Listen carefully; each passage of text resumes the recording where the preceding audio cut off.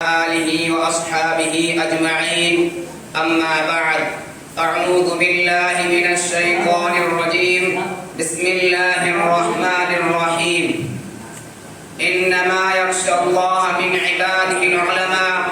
إن الله عزيز غفور وقال إن الذين قالوا ربنا الله ثم استقاموا تتنزل عليهم الملائكة جنہیں میں ڈھونڈتا تھا آسمانوں میں زمینوں میں وہ نکلے میرے ظلمت خانہ دل کے مکینوں میں جلا سکتی ہے شمع گستہ کو موج نفس ان کی الہی کیا چھپا ہوتا ہے اہل دل کے سینوں میں نہ پوچھ ان خرقہ پوشوں کی ارادت ہو تو دیکھ ان کو ید بیدا لے بیٹھے ہیں اپنی آستینوں میں بہار آئی اگر گلشن میں تو کس کام کی آئی بہار آئی اگر گلشن میں تو کس کام کی آئی نشے من شاخ پہ باقی رہا نہ دل ہی سینوں میں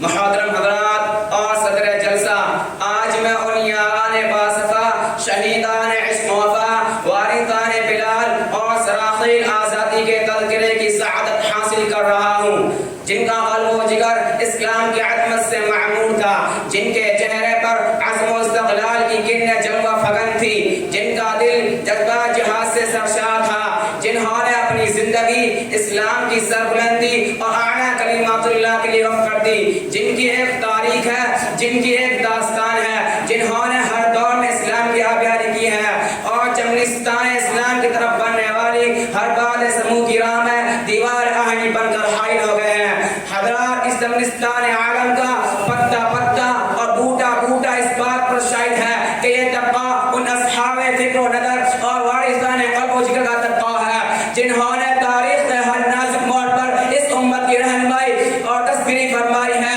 یہ ان یاران باصفا اور شہیدان عشق وفا کا قافلہ ہے جنہوں نے ہر دور میں باطل کا مقابلہ کیا ہے جب بھی باطل نے حق کو چیلنج کیا ہے انہوں نے اس کے چیلنج کو قبول کیا ہے اور سربرف میدان میں آ نکلے اور جن کا پوری بے خوفی سے باطل کا مقابلہ کیا ہے انہوں نے جانے تو دے دی مگر باطل کو کبھی پیٹ نہ دکھائی انہوں نے سر تو کٹا دیا مگر پرچم اسلام کو سر نگو نہ ہونے دیا جب جلاد تلوار چمکاتا ہوا آگے بڑھا تو انہوں نے مسکرا کر نظر سے نظر ملائی اور پھر یہ کہتے ہوئے مردانہ تلوار نیچے کو پکڑ لیا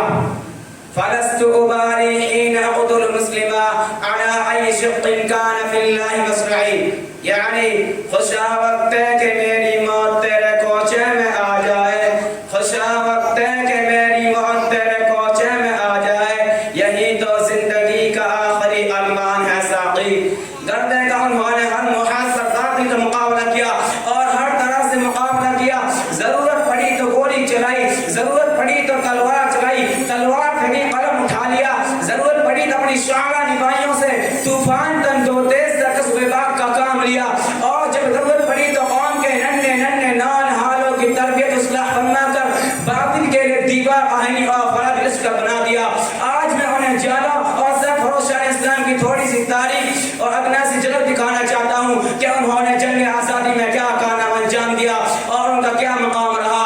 محترم حضرات جب ہندوستان کی مقدس سرزمین پر انگریزوں کا ناپاک سایہ پڑا اور اپنی شاطرانہ و عیانہ چاروں سے یہاں کے مالک بن بیٹھے جب باشندگان ہند پر طرح طرح کے ظلم ستم کے پہاڑ توڑے جانے لگے جب ہندوستان کو غلام بنایا جانے لگا جب ہندوستان کا خون ان کے پسینوں سے بھی آدھا ہونے لگا تو ایسے نازک وقت میں سب سے پہلے جس شخص نے علم بغض بلند کیا وہ محدث کبیر امام جلیل رئیس الاولیاء فخر جمل محرم فن ناجش وطن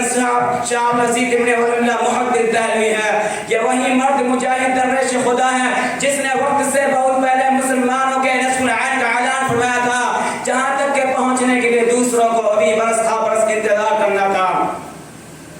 شاہ عبدالعزیز کا فتویٰ کیا تھا گویا ایک بر کے بے اما تھا جو دشمنوں کے نخلے تمنا پہ گر پڑے انگریزوں کی نیند حرام ہو گئی جگہ جگہ آزادی کے شعلے بھٹکنے لگے جگہ جگہ آزادی کے پرچم لہرانے لگے سینوں میں ولولے مچلنے لگے اور حوصلوں نے انگڑائیاں لینی شروع کر دی مسند دست پر بیٹھ کر قرآن و حدیث کے درس دینے والے علماء اکرام خان قوم میں بیٹھ کر اپنے خون جگر سے شمع اسلام حاصل کرنے والے مشائخ اعظام اپنے مدرسہ اور خانقاہوں کو چھوڑ کر میدان میں آ گئے اور فرنگیوں کے خلاف محاذ بنا